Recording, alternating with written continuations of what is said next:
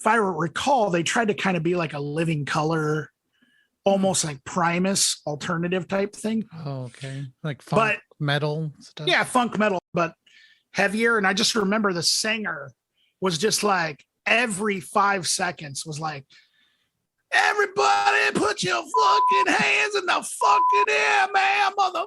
Yeah. Like, and so all they really were just fuck yeah. Like that was it. Like I stood there watching for 15 minutes.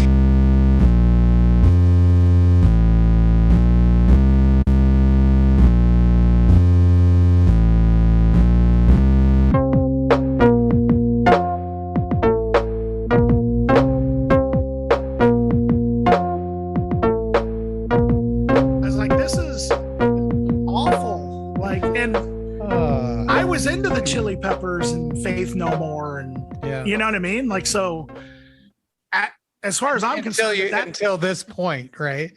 Well, it turned you off of funk metal forever. Actually, the Chili Peppers did that quite fine themselves. As far but ooh, nice. Yeah, nice. Oh man. Well, I think it's a little less glitchy if we want to do the intro and get into it. Welcome to Accelerativ Thrust. I am Dan. And I'm Eric. We were just talking about funk metal. Funk metal. Funk metal. Now, this is what I want to do. Okay. I do want people to get a hold of us via our Instagram, via our Facebook, or whatever method they choose to get a hold of us through.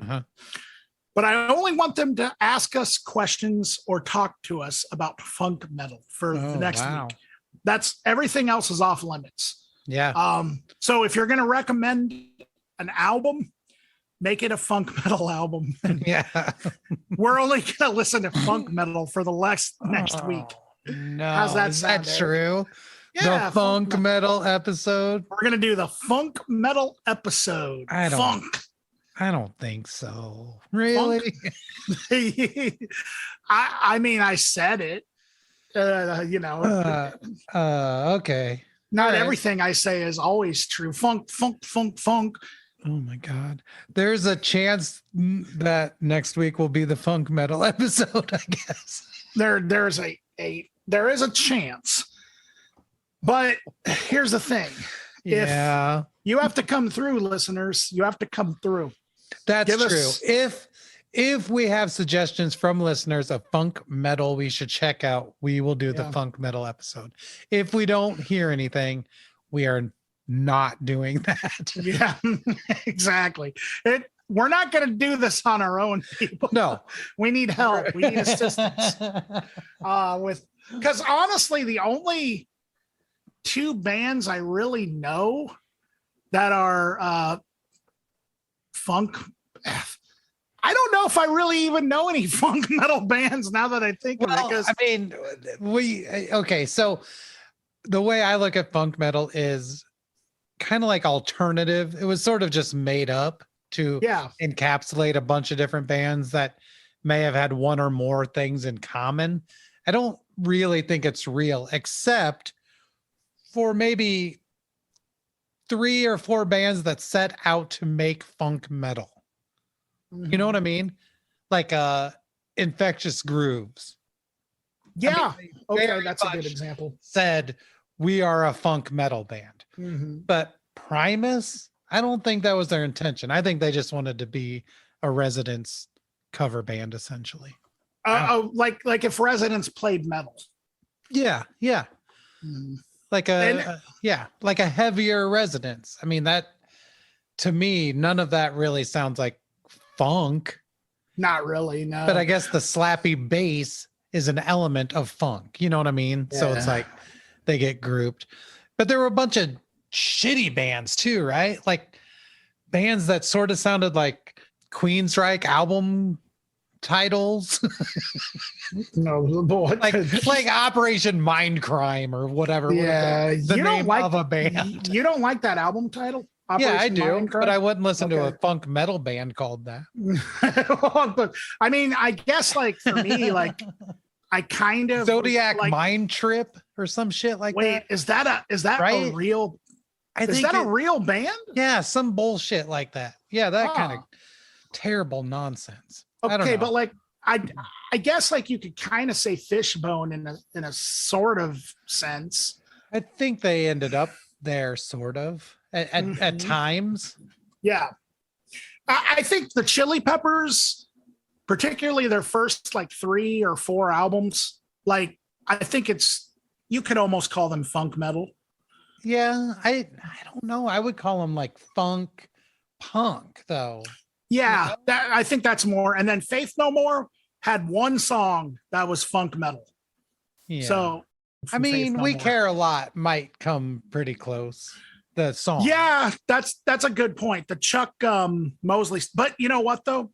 I would consider the Chuck Mosley Faith No More higher quality. I would call that like the top tier, the S tier of funk metal, because I can see I that. really think that the Chuck Mosley Faith No More records are fantastic. I do too. Oh my And, gosh. I mean, So I really good. think that Mike Patton, like, I love Mike Patton. I mean, I'll never say that a Chuck Mosley record is better than a Mike Patton record when it comes to Faith No More. Mhm. But those 2 records, Chuck Mosley had his own style, man. He was the perfect for both of those records. Yeah, and it is so good, like so good. But yeah, I think we accidentally just did the funk metal episode. Yeah, it's happening just now. God damn it! And we had to do it on our own. We did it on our own. Yeah, it was totally organic. So maybe you guys could just let us know how proud you are of us to take on such a task. Encouragement. I mean, without any research, I mean, we just off the cuff. Yeah, if you're gonna fact check this, yeah. Actually, yeah, if you guys want to fact check our episodes, that would be really enjoyable for us to. Fantastic. Like, for example, is what did you say? The something Zodiac Mind Trip? I swear that's a real band. I would love to know if that actually exists. But that's the kind of stuff I'm talking about. Yeah. I can kind of see that. So, all right. I wanted to talk to you about this really bizarre and disturbing news. This is, I think, a perfect, in a very unrelated way. Yeah. Okay. perfect segue into this. Like, talking about funk metal for some reason gives me vibes of this disturbing story. Okay. All right, so I'm just going to read the headline. Fans of slain rapper shocked that his body was displayed at nightclub. Really? I'm saying really at the shock shows. Yeah, at the shock. Yeah, exactly. I'm serious. But anyway, sorry. Go ahead. Video from the event shows what appears to be the embalmed body of rapper Markel Morrow, aka Gnu, propped up on stage wearing designer clothes. A send-off for a slain Maryland rapper is going viral because of the way the man's body was apparently displayed. He died last month after he was found shot in a District Heights parking lot, where I don't know where that is. But anyway, on Sunday, the rapper's friend and family gathered at Bliss, which is a Washington, D.C., it must be Washington, D.C., nightclub to honor his memory at $40 a pop. Videos from the event shows Morrow's presumably embalmed body propped up on stage wearing designer clothes and a crown. The overall effect looked like someone was doing a reboot of Weekend at Bernie's, a 1989 cult comedy about 2 dead guys who pretend a dead mobster is alive for a weekend. Now, hold on. Was Bernie really a mobster in that movie? I feel like he was wanted by mobsters. Exactly. Or, I mean, he was doing like deals with mobsters who were now into real estate. Like they retired from the mob. They retired from until he decided Bernie wanted to hire them to kill Andrew McCarthy and the other guy. I can't remember his name. Anyway, yeah. So I just thought that this was a interesting thing. I don't know. Well, what do you think? Well, I know that these type of funerals are actually, I don't want to say they're common, but I have heard of funerals where people are embalmed and they're seated, and a lot of times they'll have like crystal and gold chains and like all this extravagant kind of stuff at the funeral. And they're on display like this. They're not in the coffin. And I have seen these funerals. I've seen pictures. I've read a couple articles about them. So that's why I actually said I was kind of like reacting to the word shocked, because except that it's in a nightclub, I guess I feel like I've seen that before. Was the nightclub, was like the event, was it like a celebration of life? Or did he just show up at the God, I feel both wrong and great about laughing at that. Yeah, it looks, as I'm reading it more, it looks like it's a celebration of life. And now that you just described, because I was shocked. I've never heard of that. Yeah. So, but now that I'm reading it and the way that you just presented the context, that actually does make sense now. I guess I just thought, like, I mean, it would be shocking to me if I like walked into like any sort of night, like, I don't know, like, because there's always a celebration of life in Muscatine at like one of the bars. And if they just decided to bring like, I don't know, a friend's body that just, I feel both wrong and right laughing at that. Both. I feel that I've just decided on my my last will and testament will include being embalmed and setting up at the brew. Yeah, that would be great. I mean, I don't want you to be in that state, Eric. Like the next time that I see you, well, tell somebody that can do something about it, Dan. If it happens to be at the brew, I really hope that that's not how we run into each other. But I still think that's that's still a little weird. It is a little weird, but I definitely have heard of those kind of funerals for sure. And I mean, yeah, they're morbid or whatever, but what are you gonna do? I mean, I would be more likely to do a Weekend at Bernie's thing, oh my God, I accidentally murdered my friend. Well, let's make everybody think he's still alive. When I am embalmed, actually, let's not do the embalming, because I want to find out if the voodoo drums will You're making it sound like I have control over this. Will make me dance. Actually, all the listeners, having heard this, are now required to carry out my wishes. So I don't care who disagrees with this, any of my family members, anyone else. I'm telling you right now, live on the air, I don't want to be embalmed. I want to be in front of everyone, and I want them to play drums to see if my body gets up and so you want to pull a Weekend at Bernie's too, right? Weekend at Bernie's 2.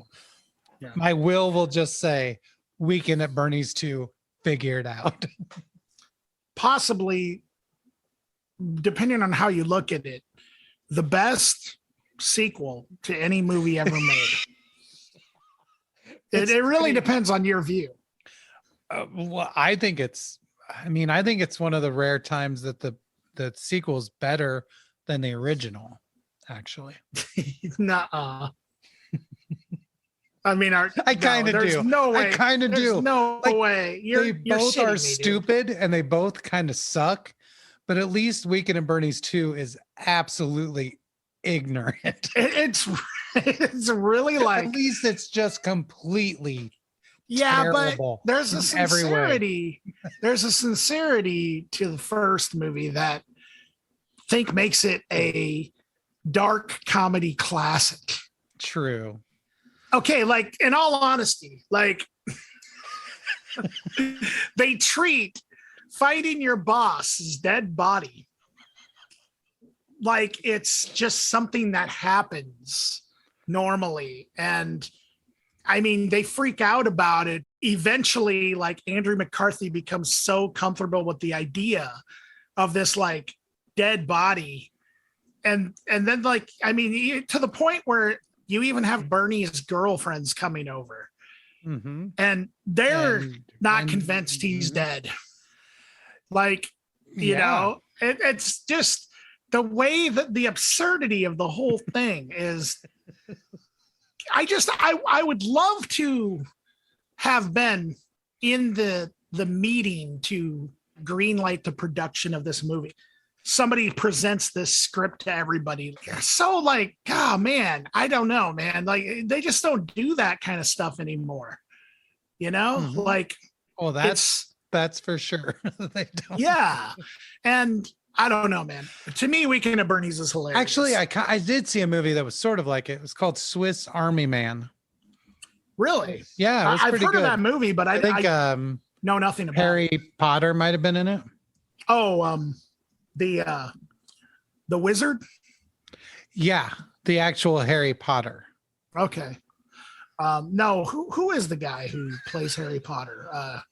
Daniel Radcliffe. Radcliffe. Yeah, very easy to get Weekend at Bernie's and Harry Potter. But that's a movie starring a dead body. So they're basically like the same movie if you really think about it. Right. I think the other guy might ride Daniel Radcliffe's dead body like a surfboard while he's propelled by all the decomposition gas inside his body. Well, if that's what Swiss Army Man is about, then I'm all in. I got to see it. I that's the part I remember. Wow. Yeah, that sounds fantastic. Now, does he get brought back to life by a flute? No. Yeah, no, I figured in the Harry Potter universe, it would be a flute. Like, you know, I can't do a flute sound, but I'm going to do it like that. I thought you were playing the flute when you did that. I mean, yeah, it sounds exactly the same, much like Weekend at Bernie's and Harry Potter, basically the same movie. You know, it's very similar. Holy shit. Yeah. Holy shit. And what are the origins of holy shit? Like, who thought of the word holy? Putting holy and shit together. Like, that's amazing. Like, whoever did that needs... When time travel does get invented, we need to go back and hug that person. What do you think they'll say? Holy shit. That's how we got invented. Oh man, that's what happened. Yeah. Someone went back in time and they got out of the time machine and the dude said, holy shit. And it was in response to the time machine. Yeah. And it was two guys to go back to see the origin of holy shit. Oh my God. It was two guys doing a podcast in Iowa. Oh my God. Let's review some music. Holy shit. Yeah, music. Yeah. We're talking about music now, aren't we? That's what this podcast is about. Okay, so we're gonna bring in the drums to our reviews. And we're going to raise the dead of the records that we chose. All right. Once Weekend at Bernie's gets into my mind, I can't stop. I know, man. I'm the same way. Okay. Anyway, sorry. All right. So anyway, Future Death, Special Victim was my pick. And it's a record from a band that I came across while I was looking up acid punk on Bandcamp, which is actually... most of the records that I'm going to pick this year probably are. I made an effort to try and find bands that I had never heard before for the most part. I have a reason for that. I just don't know what it is. But it exists for some reason. Anyway, so I really like this record a lot. They have... a couple other releases. This came out in 2014. And they have a couple of other releases that are equally just as good, in my opinion. I really, really like this band. This is one discovery that I absolutely love. I'm going to try kind of a different method this week, Eric. I'm actually going to just read verbatim what I have written down. Wow. Yeah. All like right. I basically wrote a review. This is what I have to say about Future Death Special Victim. At times, this sounds very super chunkish, but definitely has some shoegaze vibes. The production on the vocals make this sound very haunting. The music does remind me of a combination of, as I mentioned before, Superchunk, My Bloody Valentine, and the Blood Brothers, because there's also a slight hint of bombastic, spazzy hardcore when the drums speed up and almost do a blast beat. There's also a bunch of fuzz and noise, which bring in a lot of Sonic Youth influence. The vocals really remind me of Mac from Superchunk. I'm really, really doing this Superchunk comparison and digging it into the ground for some reason. You're chunking it up. I'm chunking it up. But also, I would say it has echoes of Wayne Coyne. Great stuff. Actually, now that I think of it, it also has the vibes of early Flaming Lips, pre-Soft Bulletin, or rather Zarika era. One record that I would definitely say would be like Telepathic Surgery, which is basically like sort of like their acid, like the Flaming Lips acid punk days, kind of. When they were kind of doing almost like a Butthole Surfers type thing, like a Butthole Surfers light type thing. Also, I would say Perry Farrell and Jane's Addiction would be a decent comparison if Jane's were a lot more stripped down and presented as a noisy hardcore band. But Future Death is really the only name you have to be concerned about here, because this is, well, Future Death. They really sound like Future Death and nobody else. What the hell do I know anyway? This album slays. Also, this came out all the way back in 2014, and they have released the Amazing Cryptids EP in 2015 and the Holy Fingers album in 2020. Peace out. Now on to Eric. Wow. I like it. I didn't write anything. I didn't write anything. So like yes, I like the term super chunkish. Yeah. I've never heard that. Neither have I. Yeah, I agree with a lot of that. It's, one thing I like about doing this show is that, I mean, this is obvious. You have two people listening to the same album. Wow. Right. Pretty amazing insight. No, but it's cool because we all filter everything we take in through our brains, our own experiences, all of our own listening, viewing, reading, knowledge, everything that makes us is the filter that this goes through. So sometimes we have wildly different reactions to things, and sometimes we have, pretty similar reactions to things. I think this time it's sort of somewhere in the middle. Sure. I thought it was maybe going for a little more like a psych thing. But I mean, you mentioned that as well. I'll kind of just start reading my notes, which are actually just bullet points, so they won't be as eloquent. Nice, fuzzy, freaky psych, great rhythms and guitar tones. One thing I really liked about this record, and I did like it, I forgot to say that. Usually my response is, I really liked it. That's how I start my review every time, but I forgot to do that. But it keeps it really fun and super weird, not so like inward looking, brain melt, kind of drony psych stuff. As much as it is, it's like just getting goofy with your brain, like having fun with getting weird. I felt that it does also get kind of dreamy at times, especially the last track, but there are other moments of sort of ambience, I guess, but heavy noise, psych ambient. But then also the thing that I really liked about this was, like I said, it's really fun. It has this disjointed, spazzy kind of cuteness to the whole thing, which I kind of compared to Brainiac or Tripping Daisy. That's a good one too. But what's funny is I think a lot of that comes from the vocals. And I will say that Wayne Cohen's vocals are very much in my mind a lot like Tripping Daisy's vocals and or Brainiac. So that tracks, you know. I did hear a lot of other things though too. The OCs, Drags, that kind of just psych stuff, but also a little bit of like Kid Congo Powers, in just the rhythmic element of it all. Not quite into like King Khan and the Barbecue Show level of fun, you know, but getting close to it. There's a level of upbeatness to it that is missing in a lot of psych.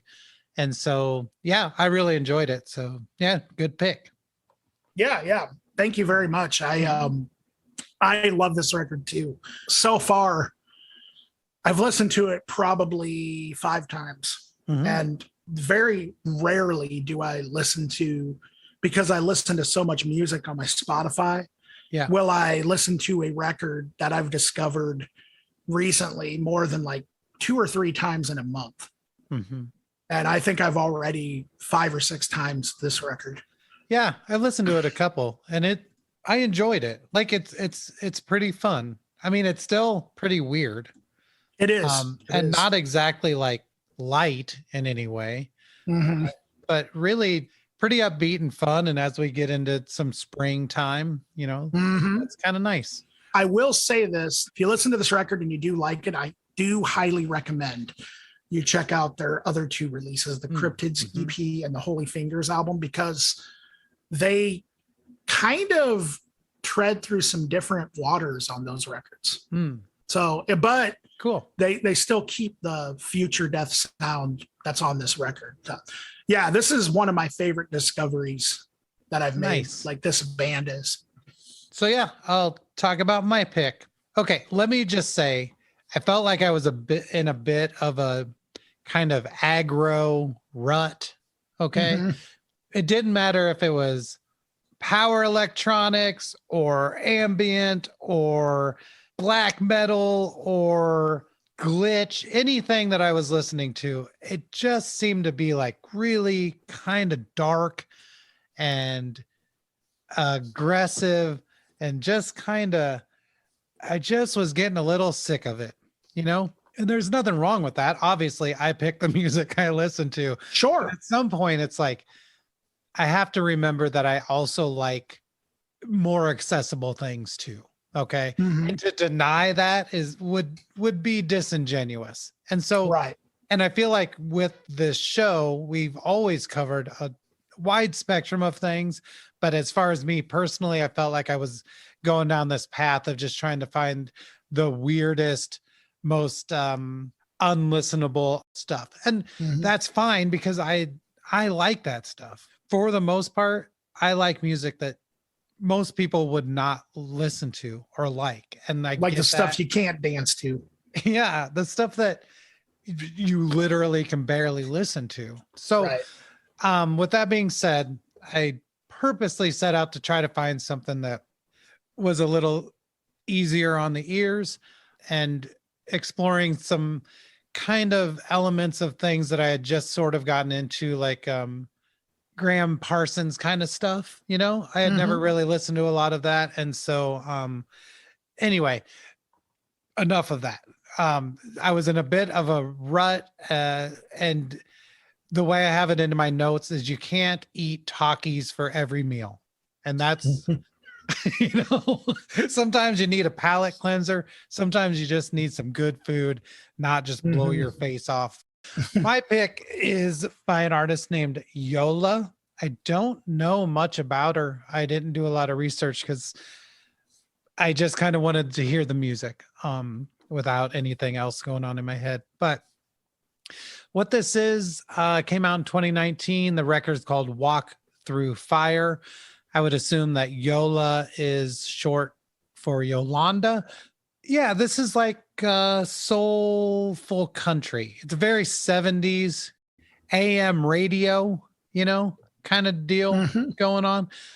Most of the songs are really great. There were a couple that I felt were cheesy. I mean, it's kind of part of the deal. It's kind of like the music that this is inspired by also has those elements that make them swarmy and cheesy and whatever, a little too clean or whatever. And so that happens. But for the most part, the songs I think they're really cool songs. So the production for me is what really comes through on this. Well, one of the things that really comes through, it is a lot like that 70s soulful country stuff. It's got lush strings, big old Hammond organ. If you like Hammond, I think you'll really dig the organs in this. Real slinky pedal steel, really soulful, like staple singer style tremolo guitar throughout the whole thing. Nashville telly kind of playing chicken picking style all over it. It's really lush and beautifully done. Yola has an amazing voice. I mean, from the first note, you're like, oh, that's a nice voice. But what's really cool is Yola saves the big belt out until maybe like almost the end of the fourth song. It's called It Ain't Easier. And it could peel the paint off the walls. It is a big, amazing voice. And just, I can't say the word soulful enough in this. It's just an amazing voice. The songs are great. I really don't have much else to say about it. I would say for people that like all that 70s AM gold stuff, Bobby Gentry, Lee Hazelwood, Nancy Sinatra, Dusty Springfield, and even a little bit of Dolly Parton, probably, as far as the production goes.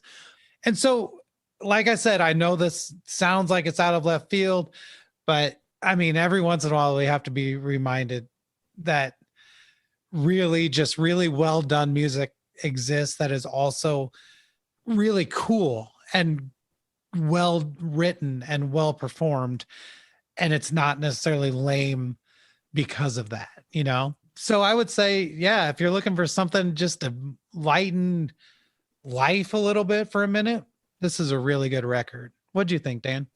Yeah, I pretty much agree with everything you said. I may have just a slightly different take on it. Yeah. To me, this is a killer example of how you can take like echoes of popular genres that have been done over and over again. I would say in this case, there's a little bit of doo-wop, sort of, definitely some oldies. Like you mentioned, the production being that 70s AM kind of production. And I would also say probably the biggest influence on here, like you said, classic country for sure, but modernize it in such a way that, and you mentioned this in different terms, it doesn't seem contrived or dishonest. It's just seems 100% natural. Like I would say that everything that Yola sings has got so much soul and it sounds 100% natural that she's really into this kind of stuff. Yeah. And you can tell when somebody's faking it and somebody's not. And absolutely, I do not think that Yola is faking it at all. Yeah, there's the tremolo guitar.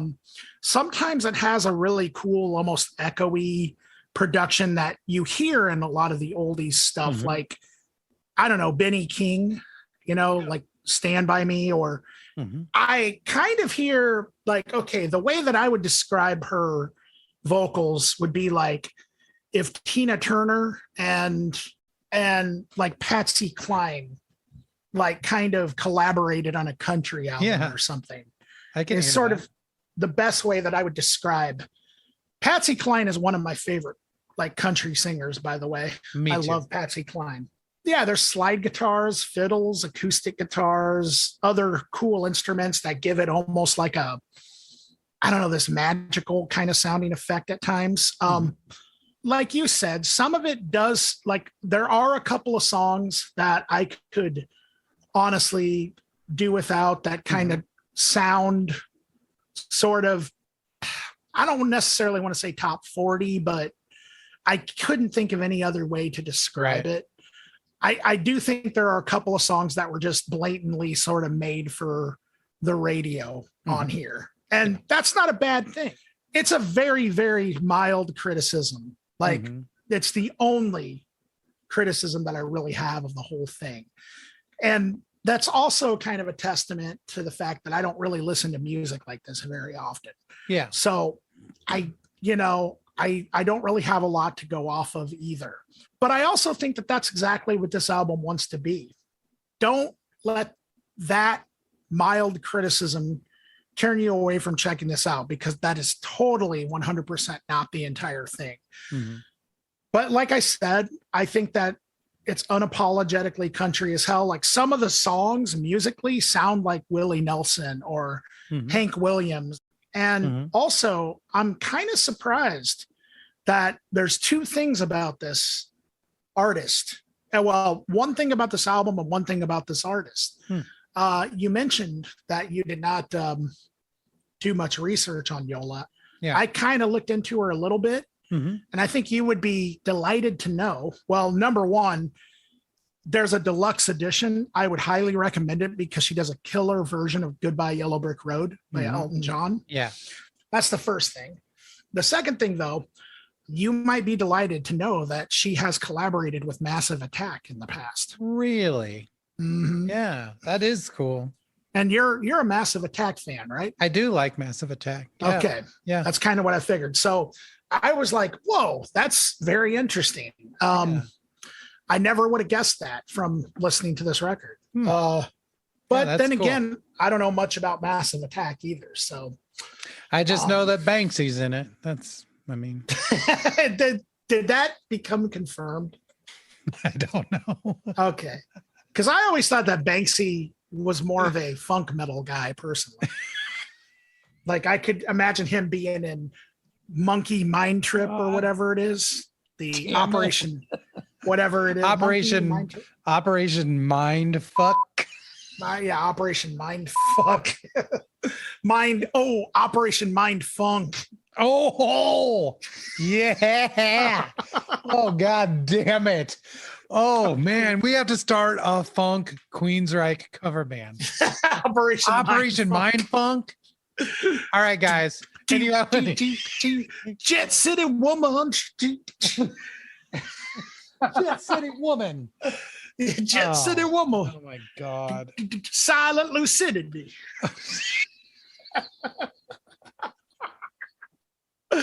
Okay, that's the show. Son of a gun. Sorry, Disholy. All right. All right. Operation Mindfuck. I wonder if Yola will listen to this and think we're crazy. I don't think Yola will listen to this, but if she does, she will think we're crazy.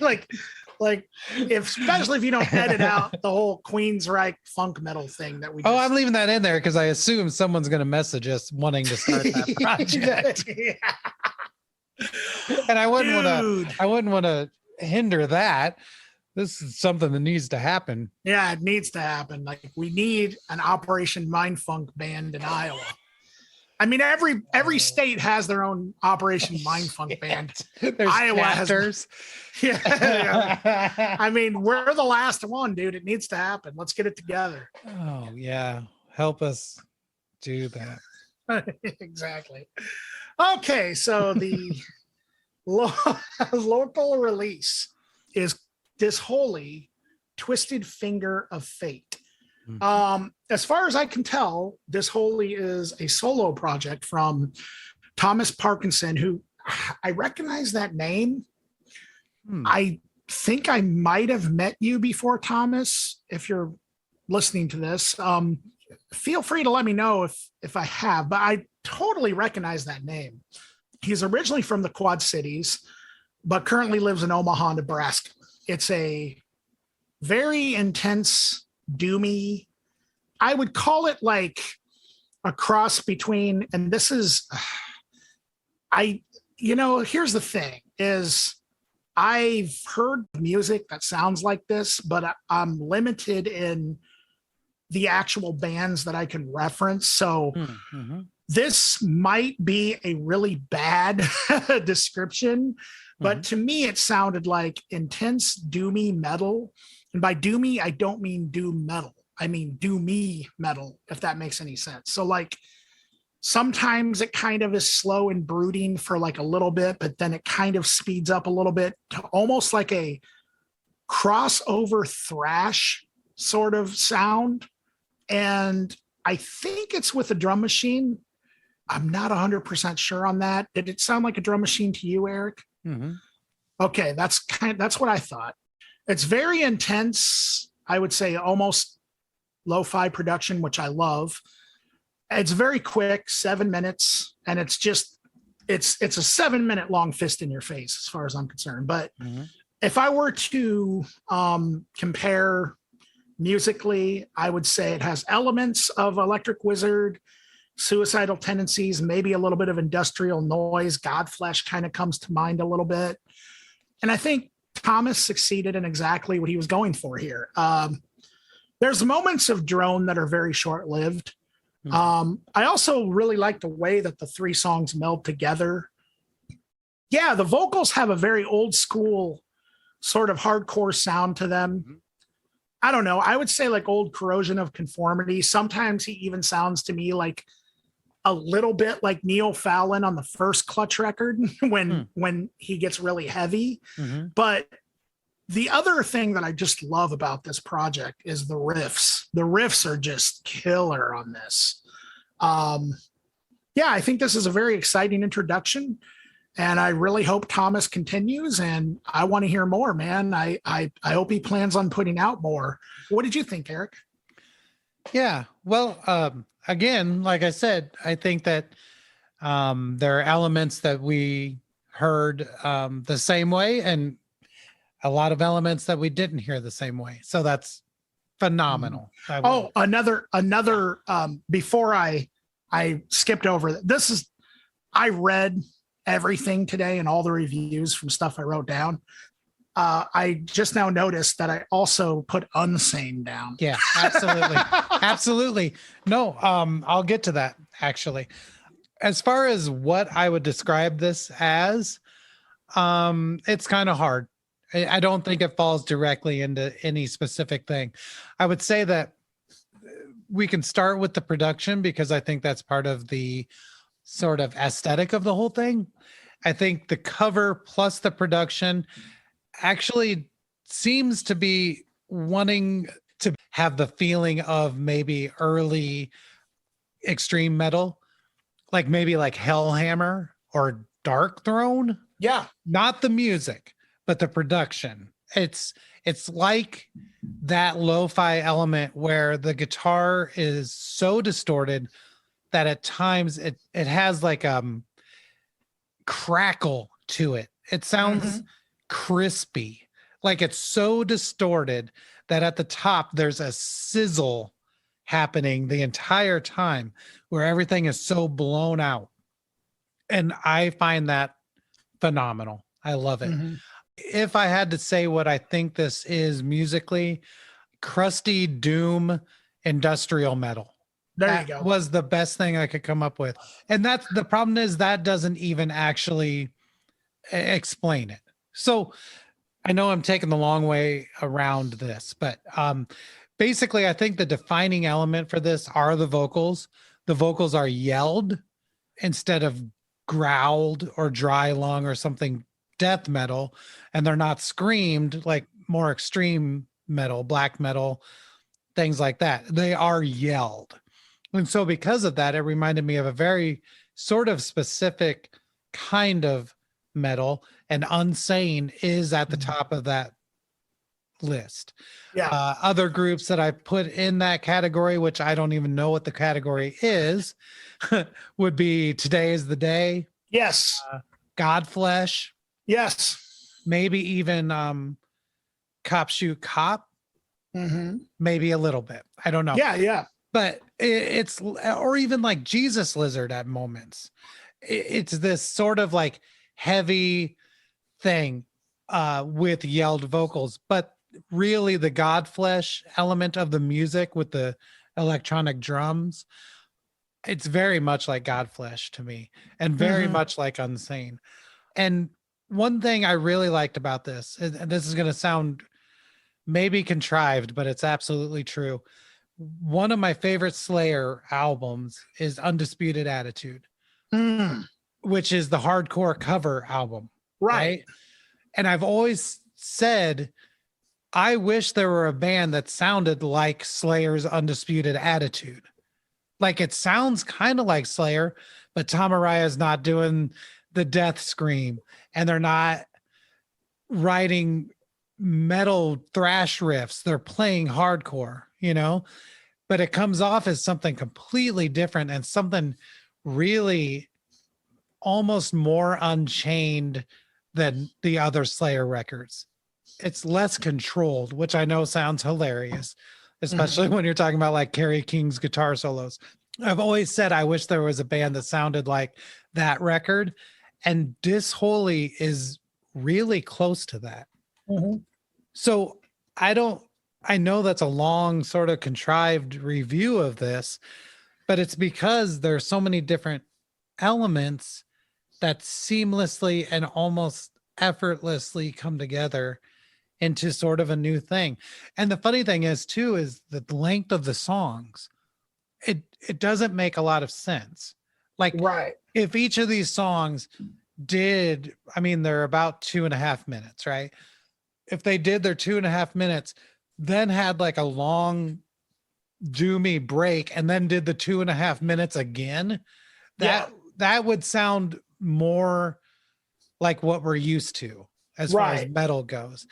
And this, on the other hand, is like, no, we're doing 2.5 minutes and we're getting the fuck out, which is a lot like that Slayer Undisputed Attitude record. And so at first I was like, wow, I could have really done with more of that song. It feels a little short. But then I remembered, leave them wanting more. If your song ends and people say, dang, I wish that song were longer, you just won. That's the best you can do, right? It's much better than, wow, I wish this song would fucking get over with, So I really was surprised by it. Really liked it. I listened to it. The first time I listened to it, I was like, yeah, I get this. Fine. It's good. And then I listened to it again and I was like, oh, I don't think I get this. And by the third time I listened to it, I'm like, there's something going on here that I can't put my finger on, which almost automatically means I love something. That's how I felt about Disholy. Fantastic, man. Like I said, and you mentioned the whole leave him wanting more, that he totally got me, that because I would love to hear like a full length of this. Oh, me too. And even like a full band version, like, oh man, that's a really good comparison though. The Undisputed Attitude album. Yeah, it just kind of had the same feel to it, sort of. Absolutely. Yeah, man. So got any shows for us, Eric? Yeah. Well, maybe Zodiac Mind Trip is playing Mission Creek. You never know. Well, let's find out. Nope. No, man. All right. So here's how it's going to work. I'm going to talk about shows. Wow, big surprise. But no, I'm going to talk about Mission Creek. I know, it's Mission Creek. Yeah. So I'm just going to say the day, and then I'm going to go through everyone playing. That's what's going to happen. Okay. All right. So we will start on today, the 7th of April. That's what we're talking about. At Mission Creek, music wise, you have Elizabeth Moen, Tennyson, Fenez, which is Fennesz, which I actually listened to. Pretty cool. Tempers, Corridor, K. Maru, Alex Rush, and Lake Villain. So that's Mission Creek Thursday. You'll have to look at the website to find out where the shows are and stuff. Cause I don't know. I just we don't have time, guys. Okay. So then Friday, a non-Mission Creek show. Dan, you're not going to believe this one. Okay. Raccoon Motel, Friday, April 8th. low with Divide and Dissolve. Holy shit, man. That's I know, crazy. right? Yeah. I can't believe they're playing at the Raccoon Motel. I know. You know what I kind of would like to see, though? What's that? I love Low, but have you ever heard that guy's side project, the Black Eyed Snakes? No. They're a blues band. Yeah, it's good. Straight up blues band. Yeah. Wow. They have a record called It's the Black Eyed Snakes. Wow. All right. Yeah. I'll check it out. He calls himself Chicken Bone George in the band. That's a good name. Anyway, sorry. Oh, no, not at all. Also Friday, Mission Creek, we're going to have Beach Bunny, Sun Lux, Haley Hendricks, The Body, Casa Overall, Squirrel Flower, Lex Leto, and the Christine Burke Ensemble, which I think Justin Comer is part of. Good Morning Midnight and Azia. So that's cool. Cool, yeah. The Body's good. Names. I played with them once. They didn't know who we were. We got thrown on their show, and I don't think they were too happy about it. And what really sucked is I had a really, really, really cool jean jacket, and it got stolen at that show. So they really should have been happy to have you on the show with a jean jacket. Well, I took it off to play, and then it was gone forever. You think they took it? I'm not saying that, but when I tried to go back to see if anyone had found it, no one fessed up. So I don't know. Here's your chance to go and talk to them about it. All right. Yeah. I'll ask them about it on Friday, April 8th. And if anybody sees any of the members wearing a jean jacket, a really, really cool jean jacket, vintage dark Levi's jean jacket, you know what to do. Yeah, you do. Denim Harvest. Saturday the 9th, Non Grata with Silent Ire and Extinguish the Sun. That's going to be at the Skylark. And then on that day, Saturday the 9th, at Roz Talks, at CAK, ATAKAK, and Centaur Noir. Friend of the show. Yeah. And I had not heard of Atacak, but our terrible, monstrous, douchey friend Chuck actually told me I should check it out, and I did, and it's pretty cool. So cool. Well, he exists for one good purpose. It doesn't offset anything. No. A monster. So he's still a joke to you, huh? Oh, I hate him so much.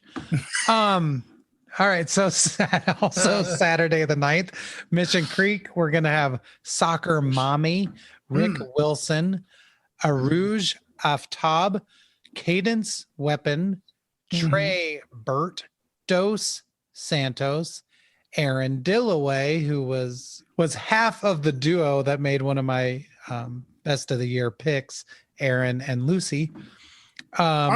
He's a really, really cool noise artist.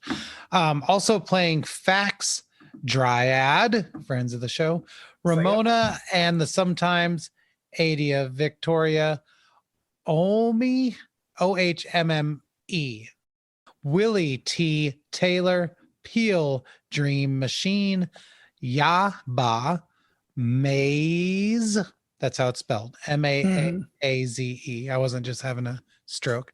Kaleidoscope and Wave Cage. So that's Saturday's Mission Creek shows. Sunday, the 10th, April 10th, we have Thelma and the Sleaze, Penny Peach, and friends of the show, Death Kill Overdrive. Heck yeah. That'll be at Gabe's Oasis in Iowa City. I might go to that. Who knows? Yeah. I don't know. Maybe. All right. And then last but not least, we have La La La La with Elton Aura on Wednesday the 13th at the Raccoon Motel. Lots of really cool shows. Yeah, lots of cool stuff happening. So yeah. Go and get your Mission Creek on, everyone. Yeah. Because you should do everything that we tell you to do. Yeah, I don't know why you wouldn't. Exactly. Well, you have better ideas for how to live your life? Yeah. How's that work? How's that worked out for you, pal? Exactly. Like, what are you Probably doing? not great. You're sitting around listening to us. Eating an ice cream cone. Yeah, probably. Yeah. So maybe you should take someone else's advice and go to a show. Yeah. Oh man. Well, so what do you I got stuck.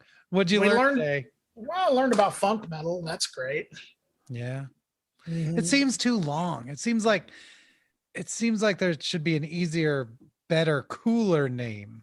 Like it sounds archaic and old. Funk metal. It's like saying air conditioning. Like there should just be a better word for it. I mean, I used to call it the airkin. The airkin? Yeah, airkin. I was just like, turn on the airkin. I used to call funk metal the funk meh. Funk meh. I always call it funk meh.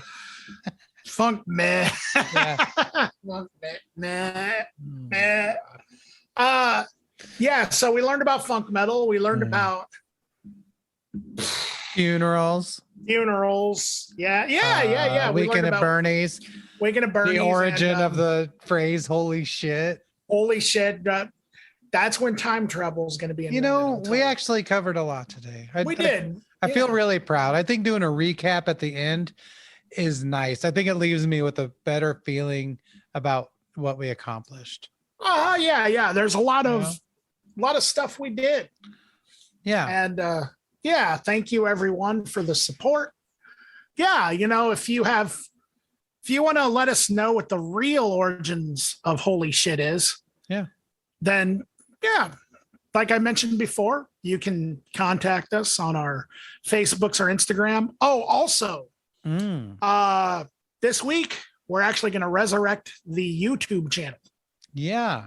So that's what I heard. Be on the lookout for a new video on the YouTube channel. It's going to be YouTube. It's going to be totally tubular. Totally tubular. Oh man, let's go. All right, ladies and gentlemen. So next week, you heard it first. Funk metal episode. No, this was the funk metal episode. Oh, so next episode, folk metal episode. Okay. Yeah. Power metal episode. Why so much metal? Oh, well, I mean, we can talk about Bolt Thrower for a while if you want. Is Bolt Thrower power metal? Yeah, we can talk about Manowar, Blind Guardian. Man, I don't think I want to do that. We've metaled out the master. We're gonna the metal master. Metaled out the master. All right, that's it. We gotta go. Ladies and gentlemen, y'all have a good week. God damn it! Bye.